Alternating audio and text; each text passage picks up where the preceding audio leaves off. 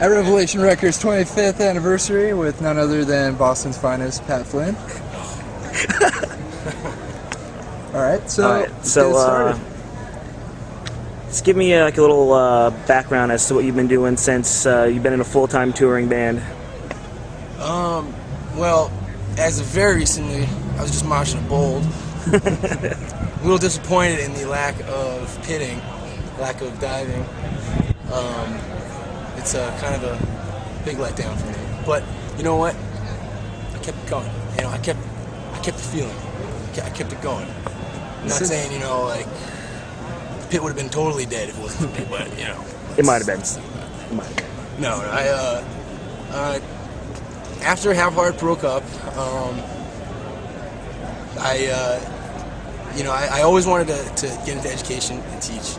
It was always what I wanted to do. It was always on my mind since I was a kid. My father was a teacher, and my mother was a social worker.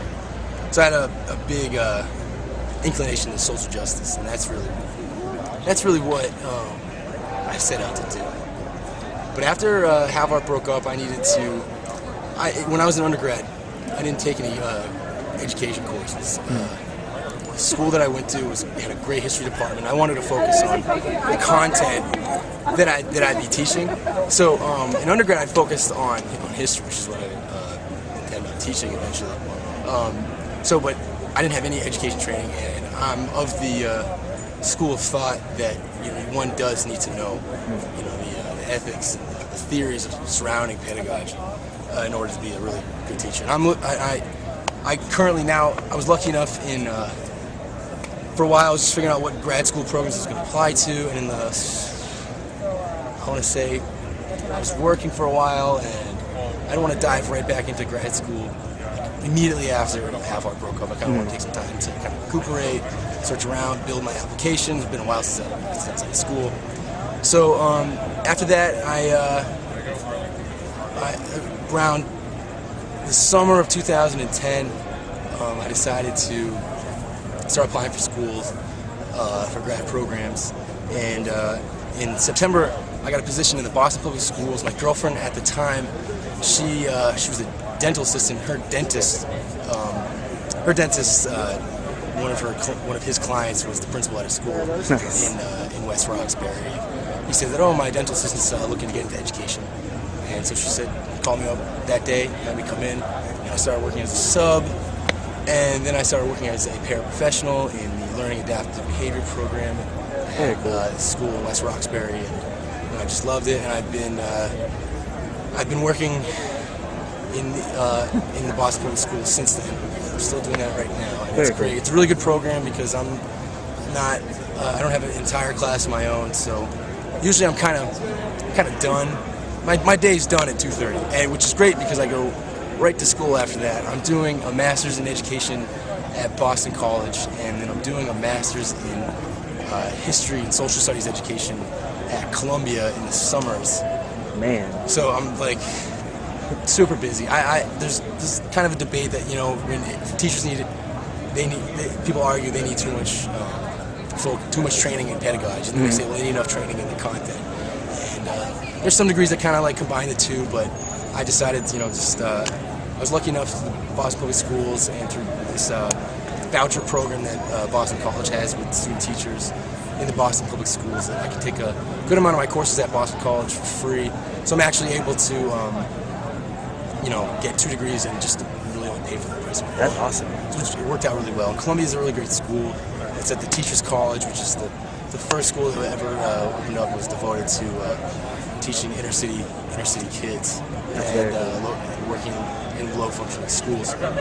So that's pretty much what I'm doing now. I'm in grad school, and then I'm working in the Boston Public Schools.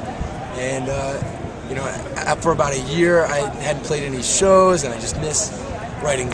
I missed really being part of the creative process. It was such a huge part of me for so long. Yeah. And after Have Heart broke up, we had Wolf Whistle, but we didn't really play that much because everyone is so disconnected. And so I decided to start some new bands, but I don't play any instruments. But I really love writing music. I have a lot of ideas, and I like to grab a lot of things. And so it's really important for me to be a part of the writing process, and I miss that as well. And there's so many styles of hardcore that I really loved. I really loved the early 80s, mid 80s, straight edge hardcore sound. And I also just loved one of my all-time favorite bands. The favorite frontman was Sean Brown and Swizz. Just that DC sounds. One of the first hardcore bands I ever saw was this band called All Chrome. And they had this weird DC sound, and that was like my first experience of hardcore, the DC sound. It really resonated with me from that point on. And there was some of the dudes some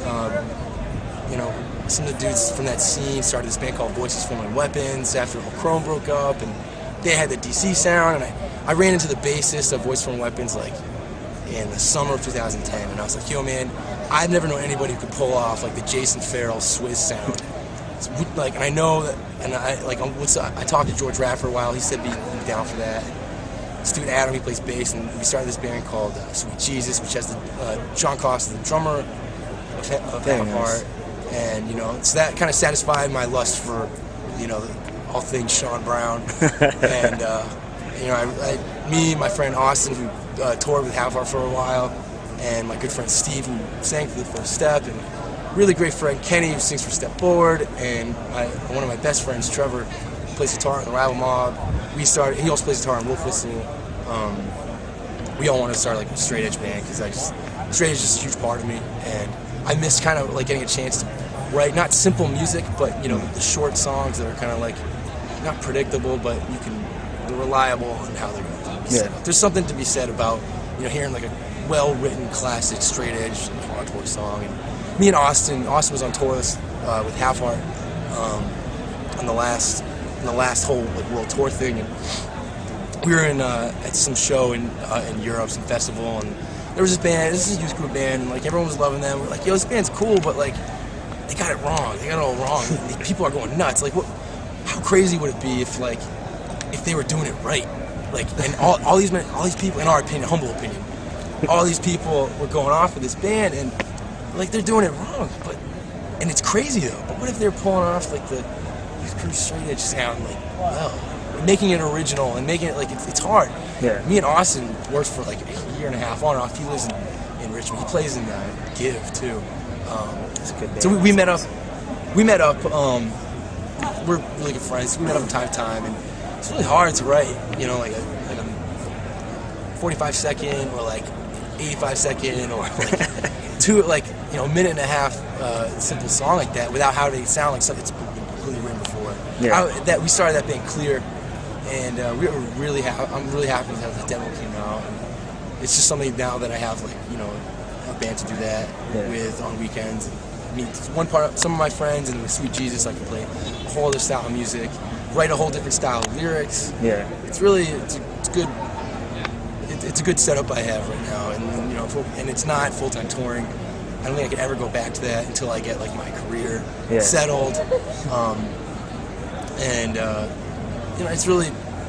It's a good setup. I worked really hard to get things in place for right now to kind of help me get me through this transition period of like building a career. It's tough, but I've had a lot of great life experience. I'm glad I went the route I did. I'm glad I didn't just go right into teaching after when I graduated from undergrad. So it's great seeing you actually doing music again, because I mean honestly, like I grew up on a lot of like the older stuff, and I didn't really like none of the newer hardcore like 2000 stuff ever resonated with me until I heard Half Heart, and like it was one of those like, wow, like that's what I was going through. Wow, that's how I grew up. Like, and it's not many people have like the honesty you had in the lyrics, which was with the just the message that like they portray with the straight edge. And I mean, without those records, I wouldn't be straight edge today. So it's like, how did you become straight edge, and how did you get involved, and what made it so special for you, and what message do you want to give out to other people, and what do you think about straight edge today, like the whole scene primarily?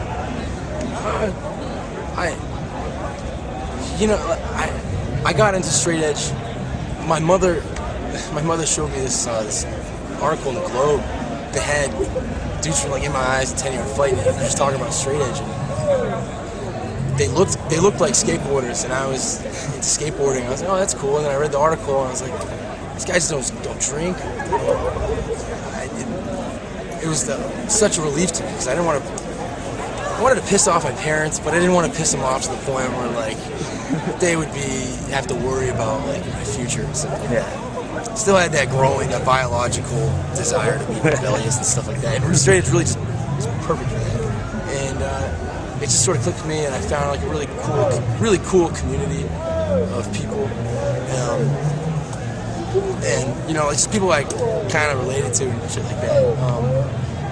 So that was that. And then, you know, like over the years, we've been going to shows since 1999, and you know, I took straight edge.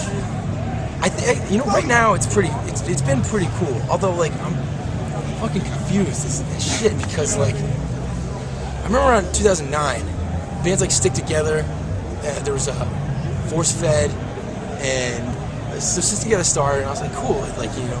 People were like really responding to bands like Free Spirit really well, and like people were responding to like good covers, and I was like, oh, this is cool. And they're also responding to the band's current style of music, and I was like, this is pretty cool. It's a cool time for hardcore. I mean, like for me, I mean, if you like fucking, you know, full blown chaos, you know, circa 2005 was a good time, and maybe in your part, I don't know, but like for me, I thought, you know, if you were going to like This Is Hardcore or something like that, kids were really responding to like Easy Today covers.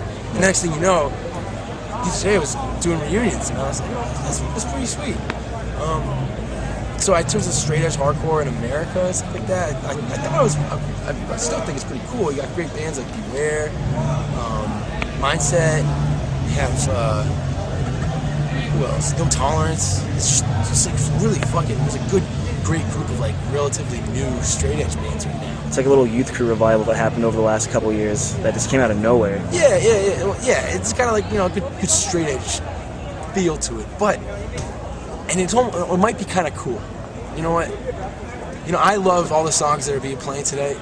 You know, those are like those are like my favorite songs that I grew up in. It really fucking shaped the person who I am today. Like who I am is largely because of the words and the music that was written by a lot of these bands. You know, and I love it. It's great. It shaped me. You know, when Bo was playing, there weren't that many people going nuts. And you know what? That actually might be a cool thing. It might mean that people are more concerned about right now, the bands right now, as opposed to like, you know, worshiping like these older bands, which always bothers me. Like older dudes be like, oh, I don't fucking care about the new bands and stuff like that. Like, you know, like, there's always some good stuff. You just have to look for it. Yeah, but it's nicer when it's presented easily. Yeah. You don't have to like fucking scour the earth for it. Like when you were growing up, and like I'm sure you did the same thing, getting like compilations, going through the liner notes, seeing what bands think what bands, and like this and that, looking through zines. Like that's how I found music. These kids nowadays have like, they have the internet. They have like everything's just there. That makes it a lot more accessible to people. Yeah, now. that's a slightly different side of it. You know, technology makes things easier for kids to get their hands on music. It might make them appreciate it less, or not, but it might be information overload. Yeah. It's harder to make up your own opinion because everyone's on a message board saying this band sucks, that band's good, no, that band sucks, and you know, it's hard to like so many voices. Everyone's saying like this, like that. Yeah. It's harder to listen to the voice in your head these days, which might be a good thing for some people who have bad voices in their heads. Yeah. So when Half Heart broke up, you first went on a massive world tour, went to totally different countries, saw the world. Yeah.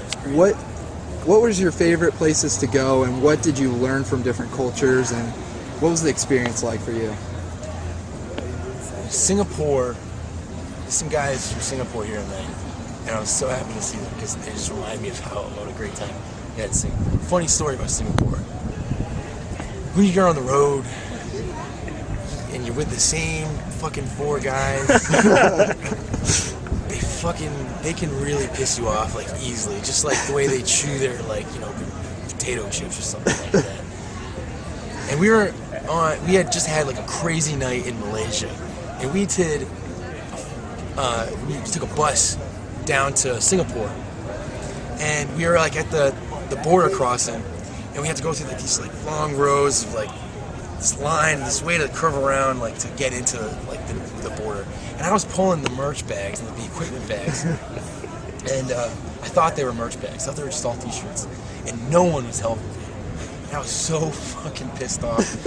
And I was like, you know, I was just being a baby. And like, I didn't say anything.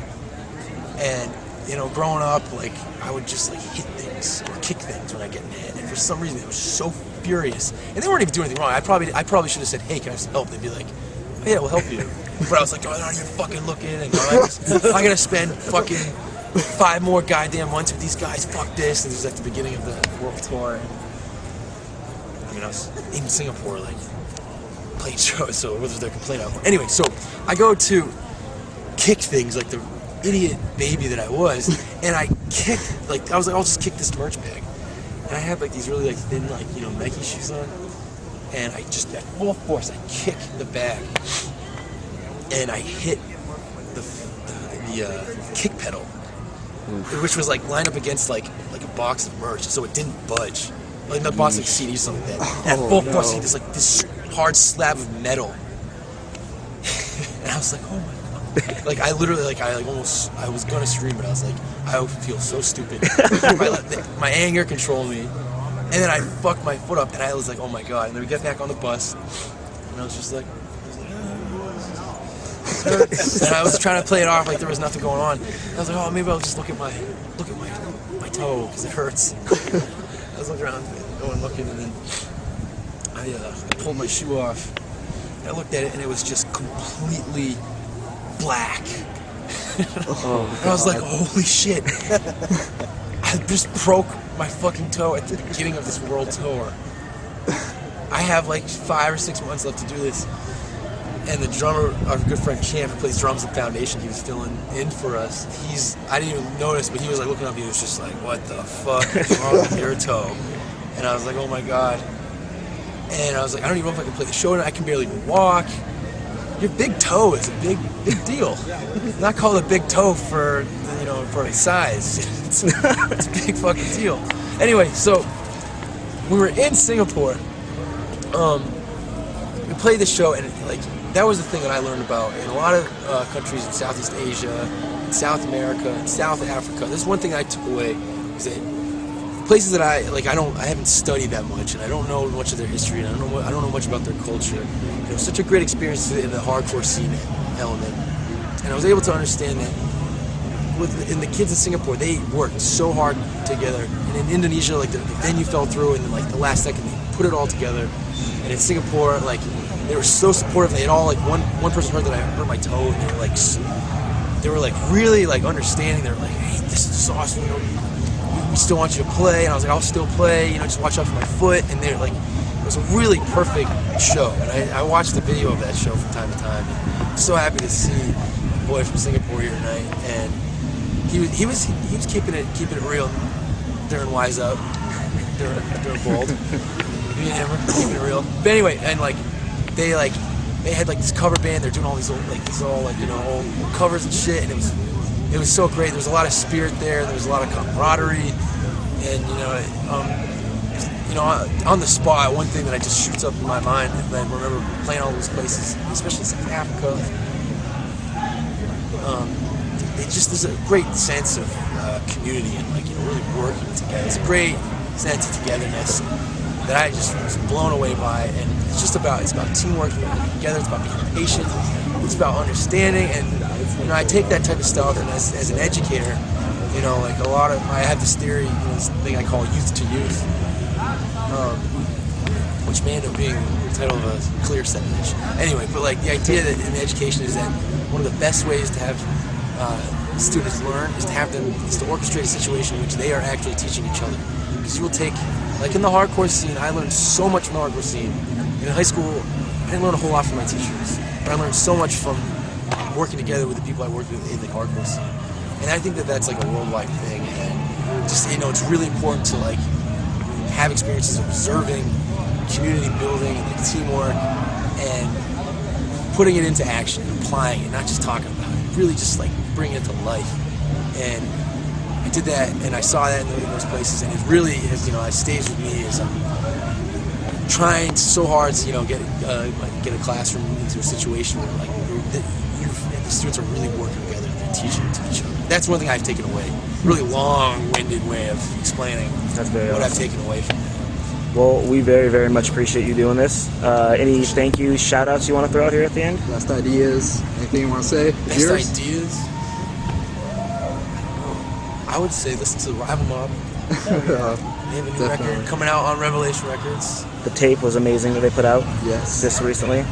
If you listen closely, you'll hear no other than me on the backup vocal. Nice. No, but they're a great band. That is just classic, straight up American hardcore, just done right. You might not like the lyrics; they might not come off as like the most like positive sounding or like politically correct sounding lyrics. But I know Brendan pretty well, and I've known him for a long time. He was one of the older guys when I first got into the hardcore scene. I remember the first show I ever fucking played. I was so fucking nervous. My band covered Negative Approach, and I was like, this one's a cover. It's by Negative Approach. And I was horrified because Brendan Radigan of The Awakened and X-Files X was standing right in front of me. And he goes, I know that song. And I was just like, oh god. But it was he's a really nice guy. He's thoughtful, he's incredibly witty, well written. And I think that new LP is just going to be like a real, in 25 years, Rebel will be celebrating their 50-year anniversary, and Rival Mob will be fucking headlining the whole thing. I think the new Rival Mob LP will be, out of this world. That and Boston Strangler is a great new band. Very cool. There's just a whole lot of great new bands in hardcore. I try to keep things hardcore, in interviews like this. Intolerance is great. There's Minority Unit, Rotting Out. New Brigade, that band is fucking awesome. And that and Turning Point, not a new band, but I suggest them. If there was a band that half-heart modeled their like trajectory off, it was Turning Point. That was. I have said that to more people when they're like, "Oh, well, what does Half Heart sound like?" I'm like, "Have you ever listened to Turning Point?" It was close. I would never. We tried. More so the ethic. Like your guys, like Our ethic. Yeah, we wanted to grow. But, Yeah. I loved that band. I liked how they evolved, and it's really honest. And they're one of my all-time favorite hardcore bands. And if you want to fall in love with hardcore, I just think getting that discography and actually starting from the end and then going to the beginning of it, because they did it out of order. But it's a really great way to fall in love with hardcore. I agree. All right, can you just Thank say, you guys for the interview. It's Dude, Thank you thank so you. much. cool to talk It's an about honor. myself.